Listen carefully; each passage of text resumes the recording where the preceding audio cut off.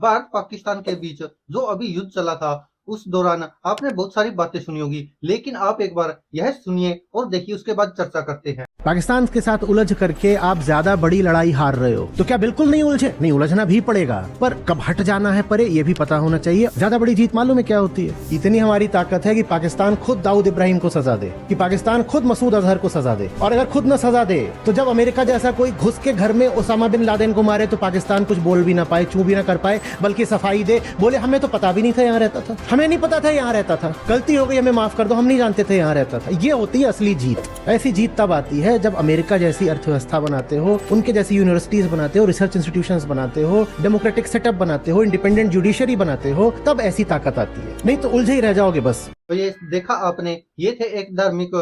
Teacher कह सकते हैं, गुरु तो अपने आप को ये मानते नहीं है, आचार्य प्रशांत, जो कि आज के समय में सोशल मीडिया पर शायद सबसे बड़ा एक यूट्यूब चैनल चलाते हैं, जिनके के 55-56 मिलियन फॉलोवर है शायद, और इतना बड़ा शायद किसी का क्राइटेरिया है ही नहीं अपने देश में, तो जो भी धार्मिक बातें करता है। और आचार्य प्रसाद ने क्या कहा है, इस पर सरकार को गौर करना चाहिए कि बड़ी लड़ाई ये नहीं है कि हम पाकिस्तान को बर्बाद कर दे, पाकिस्तान पर ये करें, पाकिस्तान पर वो करें, और जो हमारे देश की सरकारें आज तक करती आई है और ये सब करते रहे हैं, और अब जिस तरह से आतंकियों के ठिकानों पर हमला किया तो उसने जवाबी कार्रवाई भी की, और हमारे देश के भी कुछ जवान शहीद हुए, आम नागरिक भी बहुत सारे मरे हैं, और भी बहुत सारा नुकसान हुआ। लेकिन आचार्य प्रशांत क्या कह रहे, हमारे देश में विकसित तो होना चाहिए, क्या होना चाहिए, यूनिवर्सिटीज होनी चाहिए और बहुत कुछ चीजें हैं, लेकिन हमारा देश किस ओर बढ़ रहा है ये सबको पता है। जो नेता है वो केवल धार्मिक भाषण देते हैं, धार्मिक बयानबाजी करते हैं, इसके अलावा उनको किसी चीज से कोई लेना देना नहीं होता। आज तक आप बता दीजिए कि किस नेता ने हमारे देश में इन चीजों पर बात की है, शिक्षा पर बात की है, अर्थव्यवस्था पर बात की है।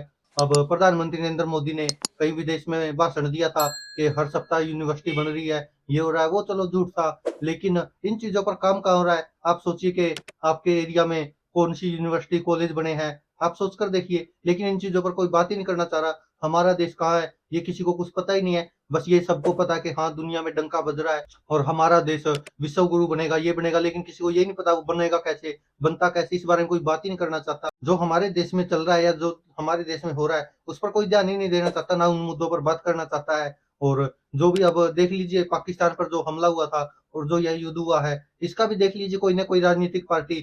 कहीं ना कहीं फायदा उठाती दिखेगी। हमारे देश के नेताओं की मानसिकता क्या है? अभी जो कल ही कोई मध्य प्रदेश का कैबिनेट मंत्री है, भाजपा का नेता है विजय शाह, उसने जो सेना की कर्नल सोफिया कुरैशी है उसको आतंकियों की बहन बता दिया, पाकिस्तानियों की बहन बता दिया, और कह दिया कि उन्हीं की बहन ने उनसे बदला लिया है, उन्हीं की जात की, उन्हीं की समाज की। ये ऐसी ऐसी बातें हमारे नेता करते हैं और हम सोचते हैं कि विश्व गुरु बनेंगे।